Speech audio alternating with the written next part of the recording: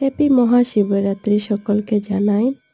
The Horizon Shivam আমাদের অ্যাপার্টমেন্টে আজকে মহাশিবরাত্রি পুজো হচ্ছে। যেহেতু গার্লস প্রবলেমের কারণে আমি শিবরাত্রি পুজোটা অ্যাটেন্ড করতে পারিনি। তো সকলকে আমার থেকেই সকলকে জানাই হ্যাপি মহাশিবরাত্রি। সবাই ভালো থাকবেন, সুস্থ থাকবেন।